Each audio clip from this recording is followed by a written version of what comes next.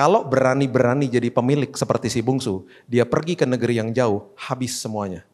Perhatikan prinsip ini baik-baik. Kalau akses, berarti supply jalan terus. Karena kita melekat kepada sumbernya. Apa yang terlepas dari tangan tidak akan pernah terlepas dari sini. Karena sumber jalan terus, supply jalan terus. Kalau mau jadi pemilik, melepaskan akses daripada sumber, yang terlepas dari tangan, terlepas dari hidup, habis hidupnya. Karena gak melekat. Makanya metafor-metafor yang Yesus ajarkan tuh luar biasa. Kamu ranting, ingat ya, kamu ranting, aku pokok anggurnya. Jadi waktu saya sakit, waktu saya kena kanker, saya bilang, Tuhan, pokok anggurnya gak punya kanker. Itu sebabnya kesembuhan mengalir kepada ranting kepada saya hari ini, dalam nama Yesus. Aku percaya kesembuhan mengalir, aku percaya Tuhan pemulihan terjadi hari ini. Karena mengalir, karena aku kan melekat kepada pokok anggur. Itu akhirnya jadi doa. Kenapa? Itu akhirnya meneguhkan iman, karena kita mengerti posisi kita di dalam Tuhan. Kalau kita ngerti posisi kita di dalam Tuhan, bahwa saya adalah anak dan ahli waris, beres sudah. Mau iblis ngomong apa? Gue anak, mau ngomong apa loh? Gitu. Saya anak. Karena ketika kita jadi anak, kita tahu siapa yang ada di pihak kita.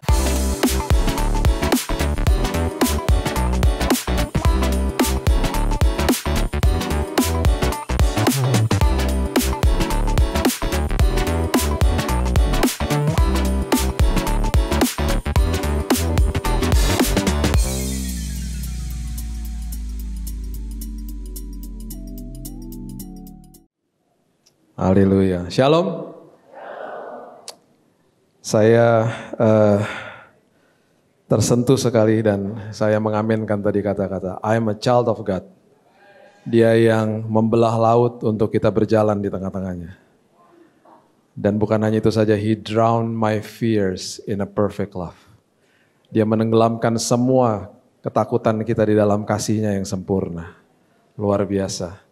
Waktu bangsa Israel pertama kali keluar dari Mesir, mereka harusnya ada jalan pintas. Dan mereka bisa lewat jalan pintas itu, tapi Tuhan tahu mereka akan berhadapan sama bangsa Filistin. Mereka belum dewasa. Jadi Tuhan tidak arahkan mereka ke sana, Tuhan bawa mereka lebih jauh. Waktu mereka berhadapan dengan Laut Merah, Tuhan yang belah Laut Merah baru mereka jalan. Setelah sekian lama mereka akhirnya bertumbuh di dalam Tuhan. Ketika tongkat kepemimpinan diambil sama Yosua. Dan ketika mereka berhadapan lagi sama air di depan mereka, yaitu sungai Yordan yang airnya sangat-sangat deras. Di situ Tuhan katakan, celupkan kakimu. Dia celupkan kakinya, baru airnya terbelah. Tuhan bawa kita ke dalam kedewasaan rohani. Itu sebabnya tadi Om Kris katakan, iman itu dari Tuhan. Kita bertindak, kita percaya, kita lihat hal besar dalam hidup ini. Dan Tuhan mau kita bertumbuh di dalam kasih karunia-Nya. Itu sebabnya kalau ada masalah, itu baik bagi kita. Karena kita akan lihat Tuhan di dalamnya. Kita akan bertumbuh di dalamnya. Ya, itu Tuhan. Itu sebabnya ketika Tuhan katakan kamu anak, Dia adalah Bapa yang luar biasa penuh dengan kasih. Dia biarkan kita melewati disiplin dalam hidupnya. Tetapi Dia selalu katakan, aku ada di situ menyertaimu. Ya, aku tidak pernah kemana-mana. Roma 8 ayat 17, coba kita baca sama-sama. Roma 8 ayat yang ke-17. Firman Tuhan katakan, jika kita adalah anak, maka kita adalah ahli waris. Dan ketika kita anak dan ahli waris, maksudnya orang-orang yang berhak menerima janji-janji Allah. Yang akan menerimanya bersama-sama dengan Kristus, yaitu jika kita menderita bersama-sama dengan Dia, supaya kita juga dipermuliakan bersama-sama dengan Dia. Bapak Ibu yang dikasih Tuhan, kalau kita baca perjanjian lama, orientasinya semua pengorbanan. Masuk ke dalam perjanjian baru, pengorbanan tidak ada artinya tanpa ketaatan. Jadi waktu kita masuk ke dalam ketaatan, kita juga hari ini kita taat sama Tuhan bukan pakai usaha kita. Karena kita taat sama Tuhan dengan penggenapan Roh Kudus di dalam kita, dengan kasih karunia Tuhan kita sanggup taat. Kalau enggak, daging enggak mungkin bisa taat. Di dalam kelemahan kita justru kuasa Tuhan menjadi nyata. Banyak orang-orang yang datang kepada saya kira-kira 6-7 tahun yang lalu. Saya mau berhenti merokok, saya berjanji sama Tuhan. Dia katakan kata berjanji. Dia lupa kata berjanji itu adalah dalam tanda kurung dengan usaha sendiri. Gak akan pernah bisa. Akhirnya mereka bilang sama saya, Bung, udah lewat berapa bulan Bung? Lumayan Bung, dari 1 bungkus jadi 2 batang Bung. Lama-lama habis Bung gitu. Saya biasa tungguin. 5-6 bulan mereka datang lagi, Bung, rokok lagi Bung, berat Bung. Di situ ketika mereka katakan, aku nyerah Bung, aku udah gak tahu lagi harus bagaimana. Itu yang Tuhan mau. Kamu jangan lagi berdoa pakai janji-janji. Bagus, itu bagus. Tapi gak ada yang dari kita yang bisa melakukan itu. Ketika dia katakan, aku menyerah Tuhan, aku tidak tahu harus bagaimana. Aku serahkan semuanya. Aku serahkan semua keterikatanku kepada Tuhan. Ada 6 orang datang kepada saya, mereka katakan begini, Bung, dalam hitungan 2-3 hari, kita kalau lagi cium asap rokok orang lain, kita udah pengen muntah, Bung. Lepasnya begitu. Kenapa? Karena kuasa Tuhan mempengaruhi mereka. Di dalam kelemahanmu, kuasa Tuhan nyata. Itu yang terjadi. Jadi hidup taat pakai kekuatan sendiri gak akan bisa. Tapi justru hidup taat itu hari ini kita harus tahu bahwa saya hidup taat karena saya sudah dilayakkan sama Yesus. Bukan untuk dilayakkan. Saya makin mengenal kasih karunia, makin saya mau hidup taat di dalam Tuhan. Ya. Anak saya, Raina ini suka melukis. Waktu dia suka melukis, dia itu anak yang dari kecil sudah melukis. Jadi waktu dia umur 4 tahun, saya pernah dipanggil sama sanggar melukis. Dia katakan, Pak, ikutkan anaknya di pameran lukisan. Oke, saya nggak pernah lupa tahun 2004, itu ibunya bilang, bayar 300.000 Pak ya untuk ikutan pameran lukisan. Oke. Waktu datang ke pameran lukisan, saya belum lihat lukisan anak saya. Ya. Saya datang duduk seperti Bapak Ibu, kemudian event organizer-nya bilang begini, Bapak Ibu sebentar lagi akan dipersilahkan masuk ke ruang pameran. Bapak Ibu diberikan waktu di sana untuk lihat-lihat lukisan selama 20 menit.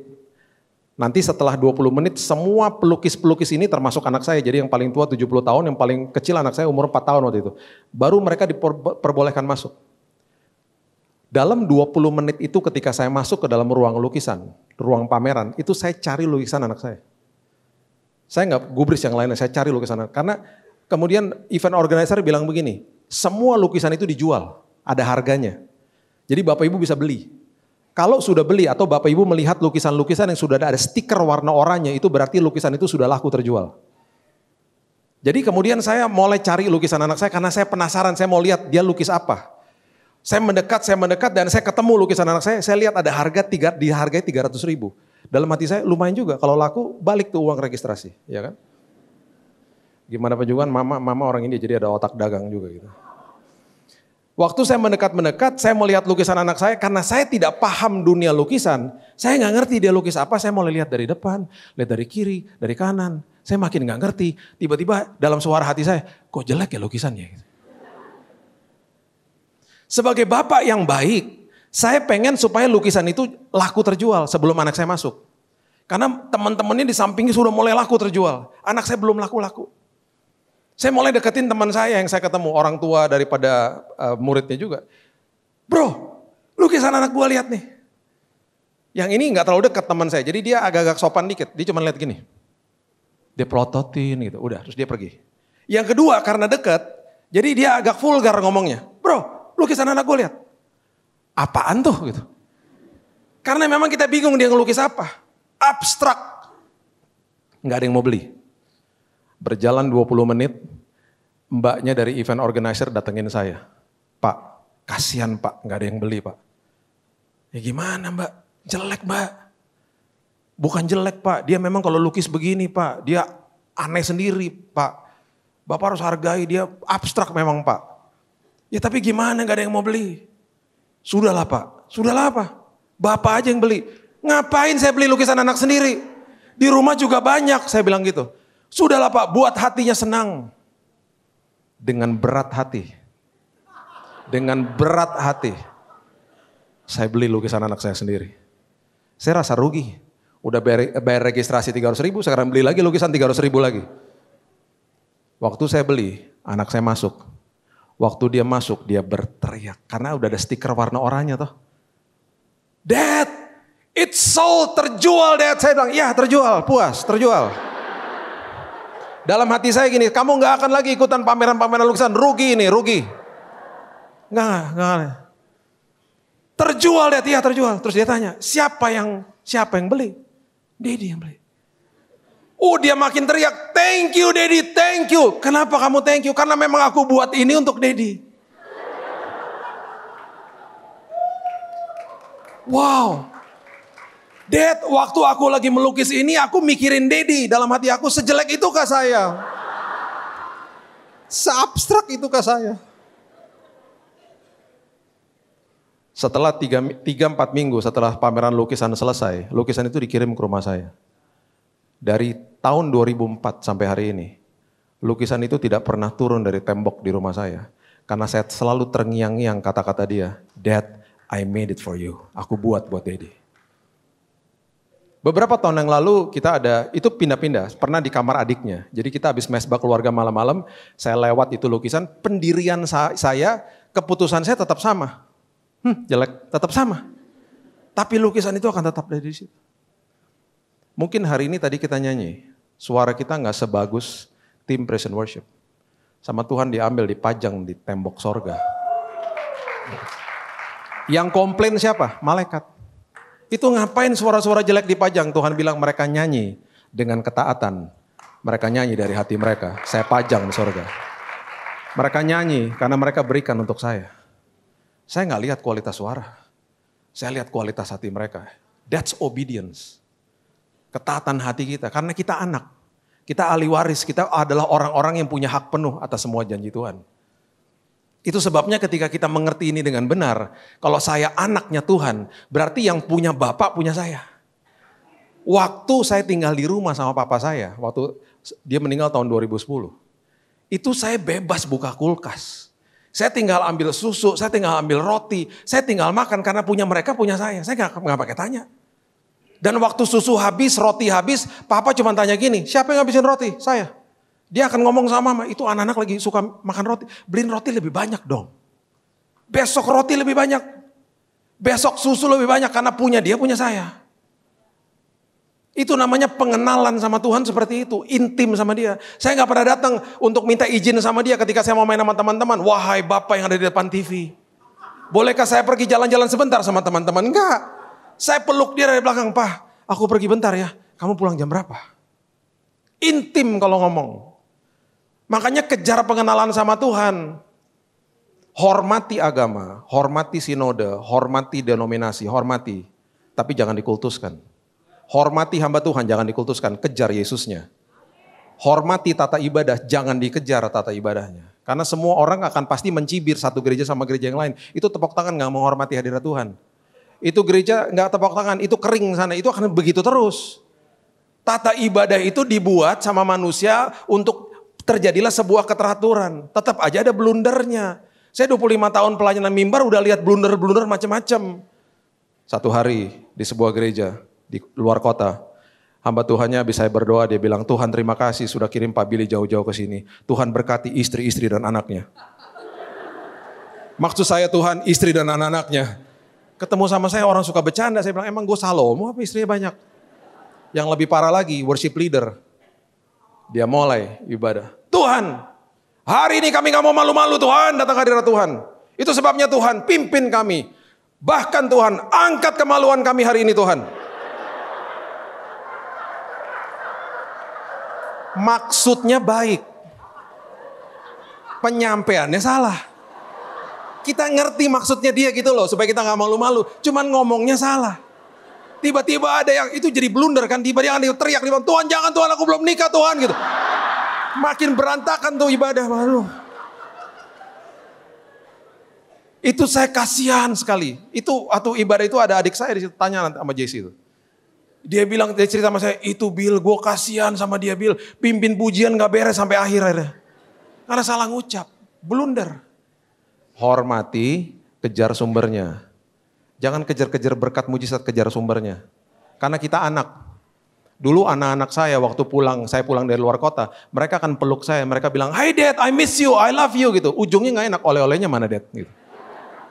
Waktu mereka bertumbuh dewasa, mereka peluk saya, mereka udah nggak tanya lagi oleh-oleh. Dad, I love you, I miss you, titik. Barusan sebelum saya naik, saya dapat message dari anak saya ada di luar, dia bilang, Dad, I miss you. Tadi aku telepon Didi lagi ibadah ya. Gitu. Intim, pengenalan sama Tuhan, karena anak. Anak itu berarti punya bapak, punya saya. Akses. Waktu Yesus katakan ini, dia kasih tahu sama orang Farisi. Dia katakan sesuatu yang sangat luar biasa dan pasti mereka tersinggung. Ada kultur di balik kisah tentang perumpamaan anak yang terhilang. Coba lihat Lukas pasal yang ke-15 ayat yang ke-12. Dikatakan begini. Lukas 15 ayat yang ke-12. Perhatikan kalimat-kalimat ini. Kata yang bungsu kepada bapak, kepada ayahnya, Bapak berikanlah kepadaku bagian harta milik kita. Itu akses. Dia udah paham bahwa punya bapak, punya saya. Berikan harta milik kita, punya bapak, punya saya. Tapi dia sekarang lagi deklarasi independen. Dia gak mau lagi melekat kepada bapaknya. Dia gak mau lagi punya akses kepada bapaknya. Berikan harta milik kita, dia udah paham sebenarnya. Dia katakan begini, berikan harta milik kita yang menjadi hakku. Dia melepaskan akses kepada kepemilikan. Di dalam kerajaan sorga gak ada pemilik, kita pengelola. Kalau berani-berani jadi pemilik seperti si bungsu, dia pergi ke negeri yang jauh, habis semuanya. Perhatikan prinsip ini baik-baik. Kalau akses, berarti supply jalan terus. Karena kita melekat kepada sumbernya. Apa yang terlepas dari tangan tidak akan pernah terlepas dari sini. Karena sumber jalan terus, supply jalan terus. Kalau mau jadi pemilik, melepaskan akses daripada sumber. Yang terlepas dari tangan, terlepas dari hidup, habis hidupnya. Karena gak melekat. Makanya metafor-metafor yang Yesus ajarkan tuh luar biasa. Kamu ranting, ingat ya, kamu ranting, aku pokok anggurnya. Jadi waktu saya sakit, waktu saya kena kanker, saya bilang, Tuhan, pokok anggurnya gak punya kanker. Itu sebabnya kesembuhan mengalir kepada ranting kepada saya hari ini, dalam nama Yesus. Aku percaya kesembuhan mengalir, aku percaya Tuhan pemulihan terjadi hari ini. Karena mengalir, karena aku kan melekat kepada pokok anggur. Itu akhirnya jadi doa. Kenapa? Itu akhirnya meneguhkan iman, karena kita mengerti posisi kita di dalam Tuhan. Kalau kita ngerti posisi kita di dalam Tuhan, bahwa saya adalah anak dan ahli waris, beres sudah. Mau iblis ngomong apa? Gue anak, mau ngomong apa loh? Gitu. Saya anak. Karena ketika kita jadi anak, kita tahu siapa yang ada di pihak kita. Adik saya, Jesse, satu hari waktu masih SD, di IMKA, Jalan Mendut. Dia pulang ke rumah, dia nangis. Saya sudah SMP waktu itu. Kita SD-nya bareng-bareng, tapi saya udah SMP, dia masih SD. Dia nangis, kenapa Jess? Gue dibully tadi sama temen gue. Diajakin berantem, gue ketakutan katanya. Besoknya, saya bilang gini, besok gue datang. Kan alumni, alumni SD belagu banget. Besoknya saya datang ke SD-nya dia. Karena saya alumni, saya datang. Mana Jess anaknya? Tuh, dia kasih tunjuk. Saya gak pernah lupa tuh momen, saya samperin dia. Lu ngapain adik gue? Oh dia gak bisa ngomong. Lu tahu siapa gue? Alumni.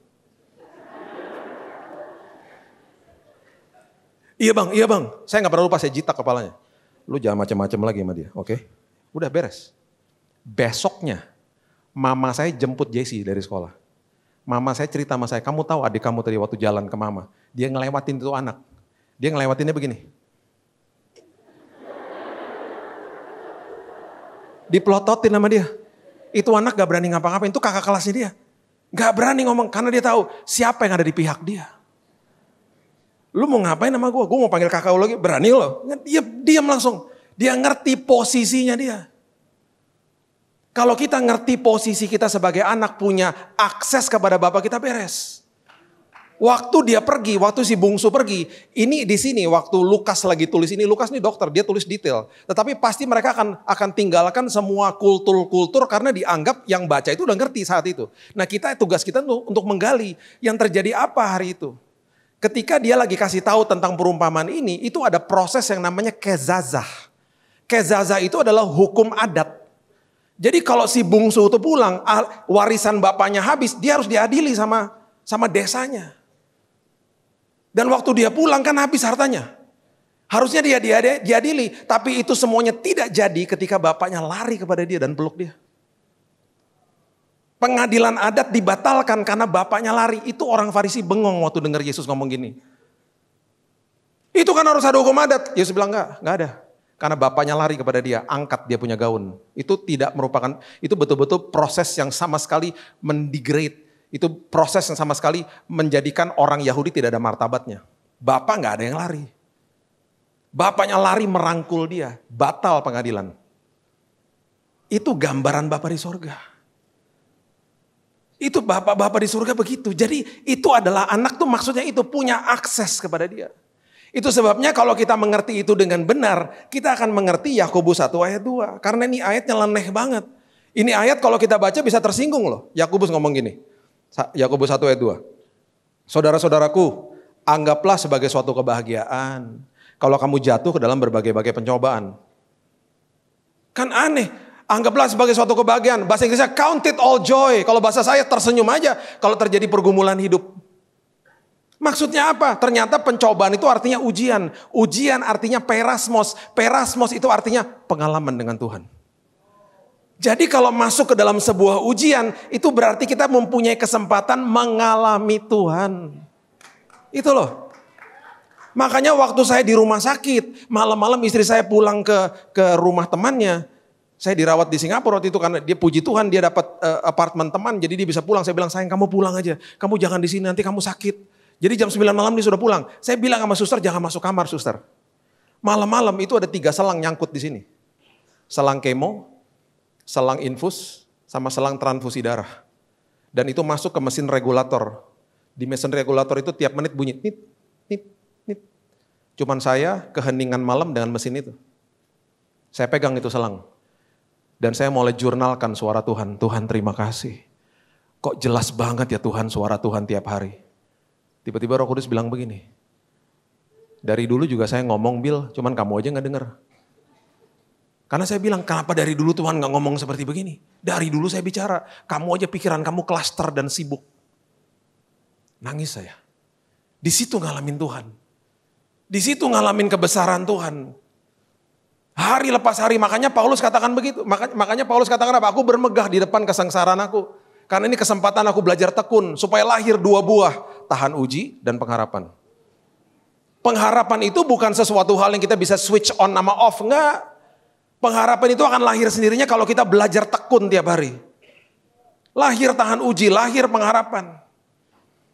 Itu sebabnya Yakobus ngomong begini, makanya kalau lihat masalah dari sisi ini ujian bukan cobaan. Kalau cobaan itu mengeluarkan kelemahan kita, memakai kelemahan itu untuk menghancurkan kita, itu cobaan. Kalau ujian mengeluarkan kelemahan kita dan memakai kelemahan itu untuk membuat kita lebih baik. Makanya namanya ujian. Makanya namanya ujian matematika. Waktu kita dapat hasilnya, nomor 2 salah kita langsung, oh saya gak belajar. Kita diekspos kelemahan kita, karena kita gak belajar. Kita gak ngerti formulanya. Kita langsung paham, oh itu kelemahan saya. Waktu diuji lagi bisa gak? Bisa, karena udah belajar. Itu ujian. Dan Tuhan selalu kasih second chance, third chance, fourth chance, terus dikasih kesempatan sama Tuhan. Makanya ujian kalau lihat pergumulan hidup, ini ujian Tuhan. Ini sekolah kehidupan. Gak apa-apa Tuhan. Alami Tuhan jadinya. Matius 7 ayat 14 coba lihat. Matius 7 ayat 14. Karena sesaklah pintu dan sempitlah jalan yang menuju kepada kehidupan. Sedikit orang yang mendapatinya. Gak banyak orang memasuki dalam jalan yang sempit, padahal jalan sempit adalah jalan yang menuju kepada kehidupan. Kita kalau di Jakarta, biasanya kalau Google Map, kita suka diarahkan ke jalan-jalan sempit untuk menghindarkan macet. Saya kalau masuk ke jalan sempit, saya harus belajar sabar. Karena saya nggak bisa ngebut di jalan sempit, bisa nabrak orang. Di dalam jalan yang sempit saya harus belajar hati-hati. Orang yang nggak sabar dan orang yang nggak hati-hati itu ada di jalan tol. Saya tiap bulan, kita naik tol dari Jakarta ke Bandung karena mertua saya tinggal di Bandung. Beberapa ruas jalan tol tuh sampai saya hafal, ada yang 2, ada yang 3, ada yang 4 gitu ya. Tetap aja macet enggak sama sekali enggak macet. Orang tetap aja ambil bahu jalan di jalan tol. Itu udah kebiasaan. Sampai-sampai saya pernah bilang gini sama istri saya, ada 2 jenis mobil yang paling sering masuk bahu jalan. Kalau Bapak Ibu penasaran tanya sama Tuhan aja. Istri saya ngomong gini, yang mana sih kamu lihat aja tuh 2 mobil itu. Didatain sama dia sampai ke Bandung setelah 130 kilo. Bener loh 85% tuh 2 jenis mobil itu. Saya pernah ngomong sama teman polisi, dia bilang gini, Pak ngeri Pak. Itu bahu jalan kan buat emergency, keadaan darurat kan. Jadi kadang-kadang ya Pak, di dalam mobil nih makanan tumpah. Anak kecil mau buang air kecil dan gak ada rest area. Kemudian tiba-tiba ban pecah, serangan jantung. Orang itu langsung ambil bahu jalan tol.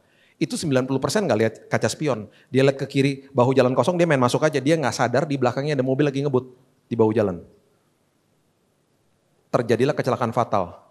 Polisi kalau ngomong sama saya, teman polisi saya ngomong gini, Pak ngeri Pak. Kalau saya udah datang di TKP Pak, ngeri Pak. Hancur mobilnya Pak, karena kecepatan tinggi. Dan saya Pak, kalau udah kayak begitu Pak, nanti orang-orang mulai sadar. Tapi habis itu balik lagi Pak. Itu jalan tol begitu. Saya pernah ada di dalam jalan yang sempit. 200 meter lagi dari saya itu jalan raya. Dalam hati saya gini, yes jalan raya. Bentar lagi keluar dari jalan yang sempit. Karena lancar di situ. Tiba-tiba gak bisa bergerak. Karena ada motor parkir agak ke tengah. Harus nunggu orang yang dipanggil dari dalam. Kalau saya gak lihat jalan raya, mungkin saya gak apa-apa. Itu gambaran dari kehidupan kita. Seringkali kita dibentur-benturkan sama iblis. Dibanding-bandingkan sama orang lain. Dan kita melihat orang lain seolah-olah hidupnya oke-oke saja. Kita bilang, Tuhan kenapa mereka diberkati, saya tidak. Pengertian yang salah.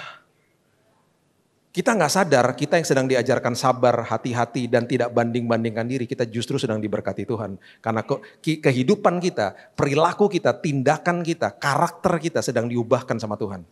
Dan itu arti berkat yang sebenarnya. Kita lupa. Makanya ketika Yesus naik perahu, ada orang-orang yang ditinggalkan. Yesus naik perahu, dia tahu nggak akan ada badai? Dia tahu.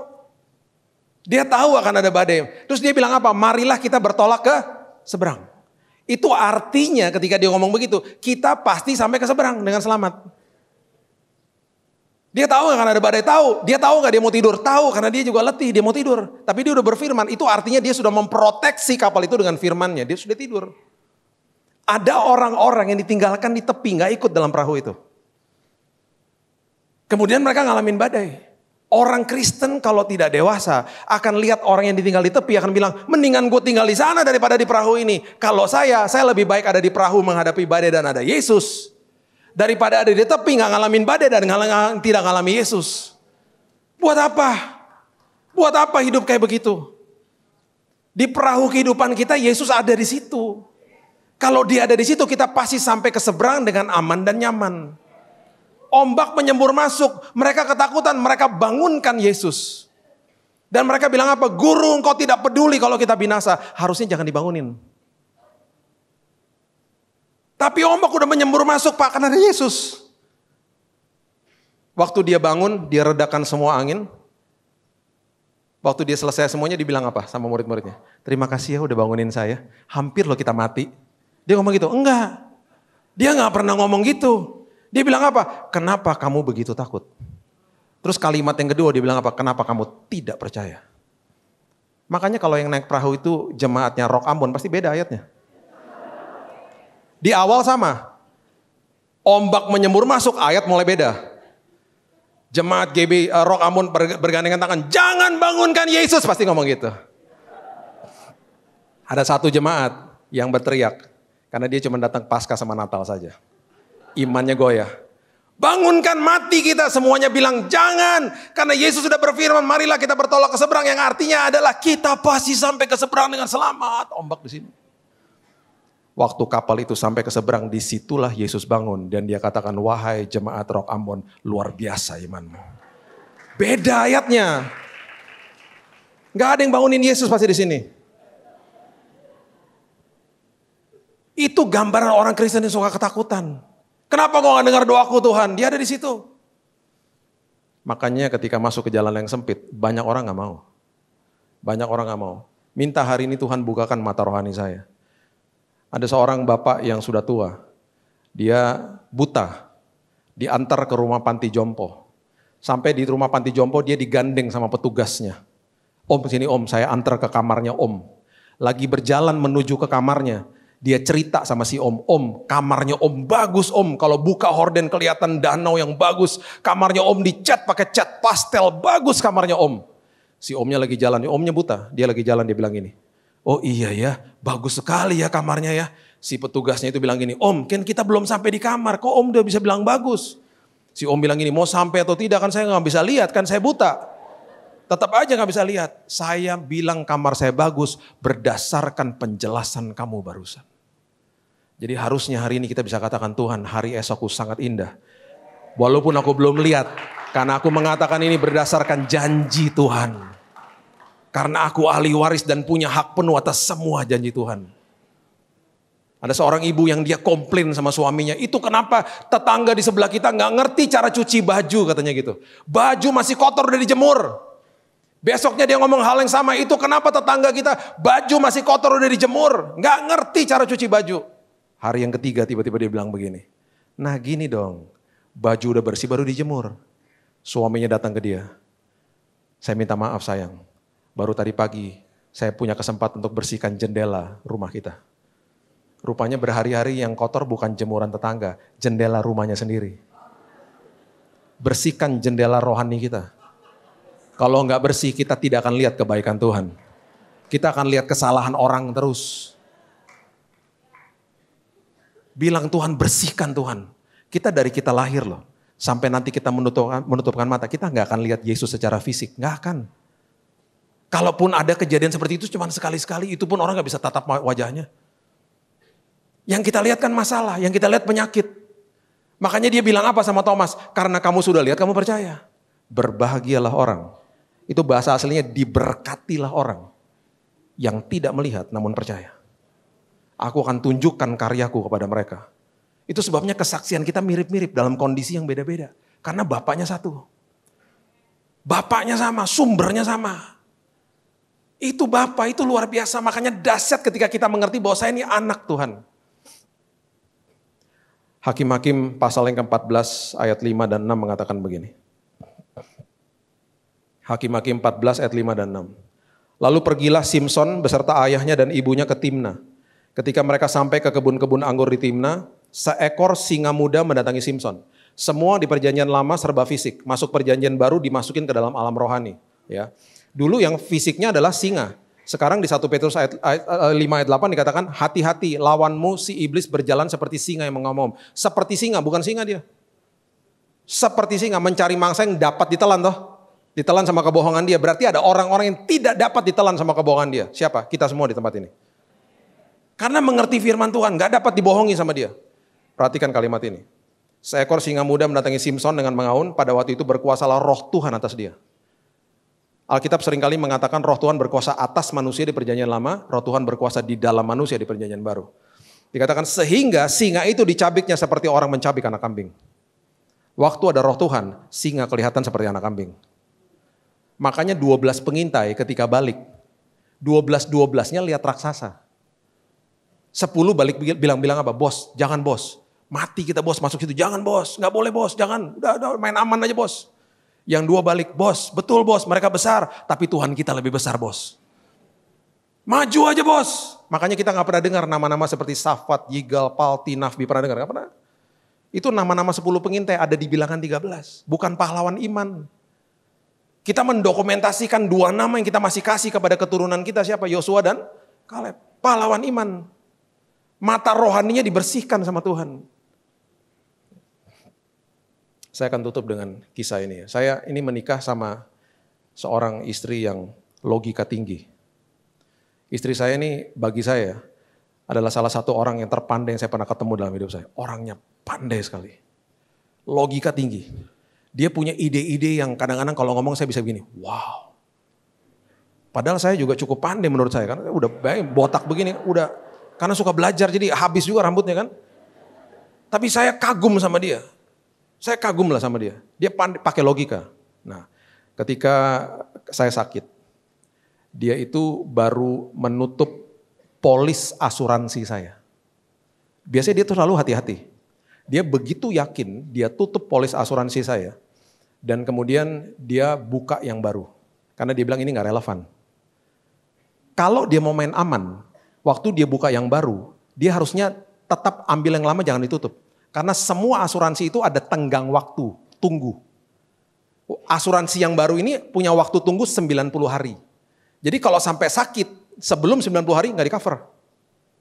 Jadi harusnya yang lama itu dibiarin aja dulu. Sampai 90 hari baru ditutup yang lama. Dia nggak, dia tutup aja, dia yakin. Tiba-tiba saya sakit. Saya juga kaget saya sakit. Saya kolaps di kamar mandi, darah saya habis, kanker darah. Waktu didiagnosa kanker darah, saya sakit di hari yang ke-76. Berarti apa? Punya asuransi tapi tidak di cover sama asuransi. Sampai waktu dia berdoa, dia bilang gini, saking dia frustasinya dan dia menyalahkan diri sendiri. Tuhan, Kalaupun suami saya harus sakit Tuhan, kenapa gak 14 hari lagi? 14 hari lagi di cover tuh sama asuransi. Ini gimana Tuhan, penyakitnya akut, biaya mahal. Saya sakit di akhir tahun, saya dilarikan ke Singapura. Karena dokter di Jakarta sudah mau liburan. Sampai di sana dokter katakan, Pak, umur Bapak tinggal 3 bulan. Saya ada di sebuah rumah sakit.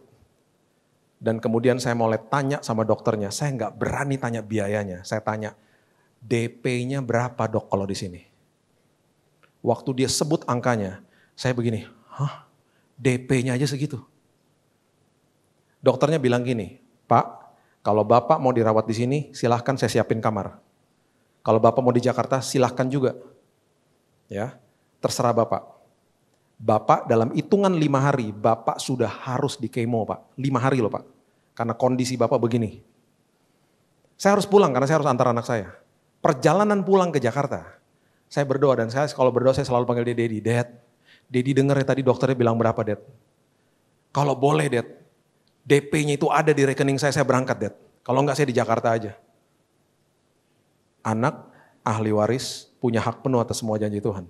Saya ngomong, yang terbaik Tuhan tahu. Saya anakmu loh Tuhan. Perhatikan ini baik-baik. Jangan pernah kejar pipa-pipa, kejar sumbernya. Makanya saya paling gak setuju. Ya, kalau saya minta hamba Tuhan saya kasih tahu, jangan kalau sakit masukin sosial media. Karena hamba Tuhan kalau lagi sakit masukin sosial media terus mukanya disakit-sakitin.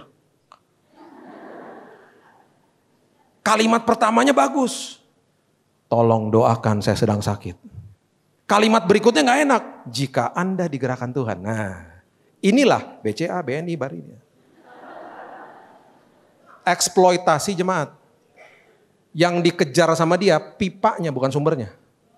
Kejar sumbernya, jangan pipanya. Makanya ketika orang-orang di zaman COVID bilang, Pak saya kehilangan income, kehilangan pekerjaan, kehilangan ini. Gak bisa. Kalau pipanya ketutup, sumbernya gak pernah tutup. Kalau itu ketutup, Tuhan akan bukakan pipa-pipa yang lain. Karena kamu anak, kamu punya akses kepada sumber, bukan kepada pipa. Jadi jangan kejar pipanya. Kalau mau punya iman tuh kayak begitu. Saya bilang sama istri saya, kamu jangan posting-posting loh. Nanti posting aja setelah udah selesai semuanya. Dad, I need the down payment. Saya butuh down payment itu. Kalau ada, saya berangkat. Dalam hitungan 3 hari, itu down payment ada di rekening saya. Persis jumlahnya. Orang yang kasih juga gak tahu. Persis. Saya bilang sama istri saya, sayang DP ada, kita berangkat. Istri saya bilang gini, sisanya ntar gimana? Saya bilang kita gak pernah minta sisanya sama Tuhan, kita minta DP. Kan orang pakai logika dia. Udah sayang kita berangkat aja. Perjalanan iman memang begini, ngeri-ngeri sedap, sedap-sedap ngeri. Udah berangkat aja. Karena kita bilang apa? Mencelupkan kaki di sungai Yordan terbelah lautnya. Udah sungainya, udah jalan yuk. Kita celupkan kaki kita jalan udah. Sampai di sana, saya udah di kursi roda, udah gak bisa jalan. Karena darah merah sudah habis. Megap-megap karena darah merah itu pengantar oksigen. Sampai di rumah sakit saya bilang sama suster, saya minta kamar yang paling murah. Uang pas-pasan. Ada Pak kamar yang berempat. Oke, gak apa-apa, masukin aja di situ. Masuk kamar berempat. Di jam pertama saya muntah-muntah karena bau makanan. Di sebelah makanan India, depan makan bakmi, muntah-muntah saya, karena udah gak tahan. Terus tiba-tiba istri saya buka HP, dia lihat di website, ada kamar yang sendirian, kamar namanya isolasi. Kamar sendirian, harganya sedikit lebih mahal dari kamar berempat, bukan VIP. Itu kamar isolasi, gak ada jendelanya. Kamar sendirian, jadi itu kita pengen dong, murah sendirian, walaupun gak ada jendela gak apa-apa lah. Saya minta request, dok, suster minta dong kamar itu. Gak bisa Pak, sudah sold out abis. Itu diminati banyak orang Pak. Udah sendirian kamarnya enak lagi Pak, isolasi Pak. Oh iya gak apa-apa, saya bilang sama istri saya, jangan ngeluh. Tuhan selalu tahu yang terbaik. Betul, dalam hitungan kira-kira gak sampai 5 jam. Suster datang ke kamar saya. Pak, pihak rumah sakit kasihan sama Bapak. Bapak sudah diberikan kamar nomor 3 di ujung, itu kamar suite room Pak namanya. Saya bilang gini, suite room itu apa? Kalau di hotel Pak itu presidential suite paling atas. VIP, VVIP, suite room. Saya gak mau. Suster gak ngerti, saya gak mau. Ntar bayarnya gimana? Tunggu Pak, Bapak yang gak ngerti. Biarkan saya selesaiin dulu Pak. Bapak dikasih suite room, bayarnya kamar isolasi yang tadi Pak. Oh kalau gitu mau saya bilang gitu. Mau dong. Kamar suite room dibayar pakai yang tadi, yang kamar isolasi murah banget. Iya Pak, silakan Pak masuk kamar itu Pak. Saya baru tahu setelah saya selesai, itu kamar dipakai sama raja-raja dari Timur Tengah. Kalau mereka berobat, mereka pakai kamar itu. Waktu saya dengar saya dapat suite room, istri saya lagi beli makanan di bawah. Saya telepon dia gak naik-naik. Itu kan saya masuk rumah sakit sudah di kursi roda toh. Saya tiba-tiba dapat hormon adrenalin menjalar semuanya. Tubuh jadi kuat. Tiba-tiba saya ngepakin barang, saya dorong itu koper ke kamar ortopedi. Suster panik. Kursi roda. Saya bilang minggir. Kamar nomor 3 mana? Kamar nomor 3. Kenapa saya buru-buru masuk kamar nomor 3? Supaya rumah sakit gak ganti pikiran. Mumpung dikasih suite room, buru-buru masuk situ. Jangan tunda-tunda. Dapat berkat Tuhan buru-buru. Saya masuk ke kamar suite room, saya gak pernah lupa di sebelah kiri ada ruangan, saya buka itu toilet. Dalamnya itu toilet karpet semua, sampai saya sempat berdoa, Tuhan tidur di toilet juga gak apa-apa Tuhan. Bagus Tuhan, toiletnya aja bagus Tuhan. Kamarnya besar, karena Tuhan mau kirim 80 orang rupanya ke kamar. Sepertiganya saya gak kenal. Dan terjadilah semuanya proses di situ. Dokter mulai masuk, dia mulai bilang, Pak, Bapak udah gak ada harapan 3 bulan. Bapak Ibu sudah mungkin dengar kesaksian saya. Dia bilang kita akan masukin cairan kemo 3,5 liter. Itu 1 tetes saja kalau jatuh ke tangan suster kebakar Pak. Jadi kalau 3,5 liter itu organ tubuh Bapak hangus semua. Jadi setelah di kemo, setelah 1 minggu Bapak akan kolaps. Organ-organ tubuh Bapak hancur, melepuh, masuk ICU, Bapak mati Pak. Ngapain diobatin saya bilang gitu. Udah gak ada harapan Pak, udahlah terima aja. 70% dari pengobatan ini gagal total Pak. 30% kalau berhasil itu hanya memperpanjang usia Bapak sampai 6 bulan. Udah habis Pak, darahnya sudah kanker semua. Saya diobati dan betul saya ngalamin proses-proses yang tidak enak. Banyak sekali, terlalu banyak lah layer-layer kesaksiannya. Singkat ceritanya adalah setelah 1 bulan, di bulan Februari 10 dokter. Mereka ceknya bukan kayak di sini. Ceknya ditusuk di belakang sini. Sum-sum tulang belakang. Itu ketika masuk jarum ke daging, itu masih ada anestesi. Ketika jarumnya menyentuh tulang, menjerit saya.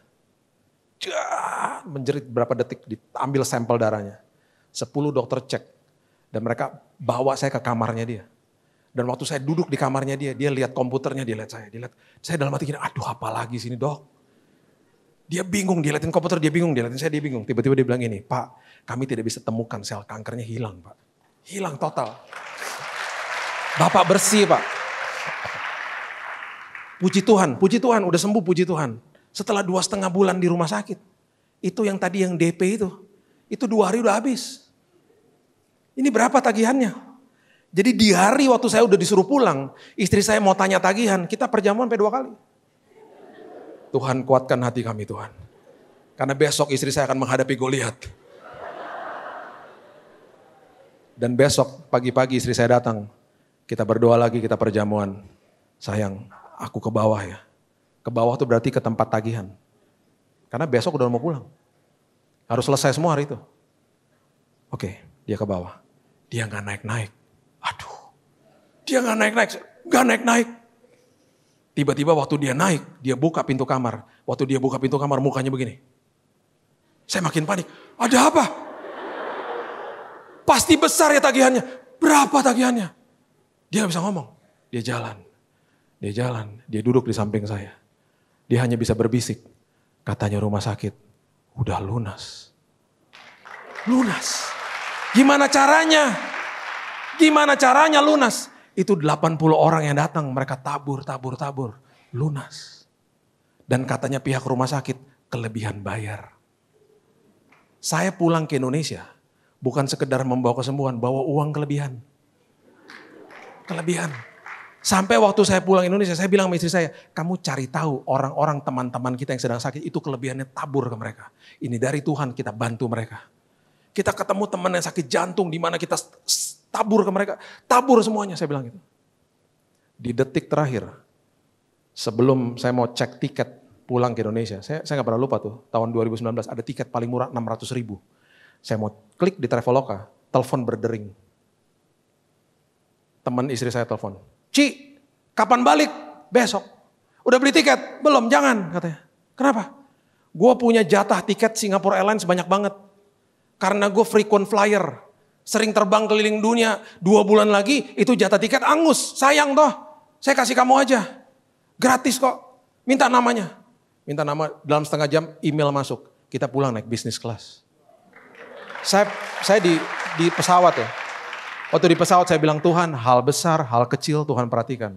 Ada suara ngomong gini, karena apa Bill? Kamu anak, kamu ahli waris. Kamu punya hak penuh atas semua janji Tuhan. Sebagai penutup saya cuma mau kasih tahu ini. Istri saya orang yang tadinya penuh logika. Dia berubah. Dia melihat dimensi yang namanya iman. Saya berubah. Kedua anak saya berubah. Waktu teman-teman saya di Indonesia, waktu mereka katakan, Bill, lu dapat mujizat kesembuhan. Bukan. Mujizat yang gue terima adalah gue, istri gue, dan kedua anak gue diubahkan Tuhan. Itu mujizatnya. Kesembuhannya bonus. Kesembuhan Tuhan tinggal balikin tangan sembuh. Perubahan karakter memerlukan respon dari kita. Makanya setiap kali berhadapan sama sebuah masalah, tersenyum. Ini pengalaman. Saya akan mengalami Tuhan di situ. Hidup saya diubahkan menjadi orang yang lebih dewasa karena banyak perkara besar yang Tuhan mau titipkan dalam hidup kita. Karena kita adalah anak Dia. Berikan tepuk tangan kita untuk Tuhan kita. Haleluya. Bapa, kami mengucap syukur buat hari ini ya Tuhan. Terima kasih kami adalah anak, terima kasih kami adalah ahli waris. Terima kasih kami punya hak penuh atas semua janji Tuhan. Terima kasih kami punya akses kepada Bapa kami. Terima kasih buat Bapa yang penuh dengan kasih karunia. Itu sebabnya Tuhan hari ini walaupun apapun yang kami lewati, yang kami hadapi, dan kami lihat dengan mata jasmani, bukakan Tuhan mata rohani kami. Bersihkan mata rohani kami. Supaya bukan kebesaran masalah yang kami lihat, tapi kami melihat kebesaran Tuhan. Kami mengucap syukur buat Bapa, buat sumber atas segala sumber, buat raja atas segala raja. Raja di dunia diproteksi sama prajuritnya. Raja kami mati bagi kami. Itulah Engkau Tuhan. Engkau dahsyat dan luar biasa bagi kami. Kami mengucap syukur sebagai warga kerajaan sorga, hidup kami ditanggung penuh sama Tuhan. Karena kami dikirim ke muka bumi. Dan itu sebabnya semua kebutuhan kami Tuhan yang tanggung. Terima kasih Tuhan, kami berjalan dengan kemenangan. Kami berdoa dari posisi yang sudah menang. Karena kami memiliki Yesus yang sudah duduk di tahtanya, di kanan Bapa di sorga. Dan kami percaya pada hari ini Tuhan, kebesaran Tuhan yang merasuki kehidupan kami, membebaskan kami Tuhan. Hanya di dalam nama Tuhan Yesus, kami sudah berdoa dan sudah menerima firman kebenaran. Kita sama-sama katakan, amin. God bless you.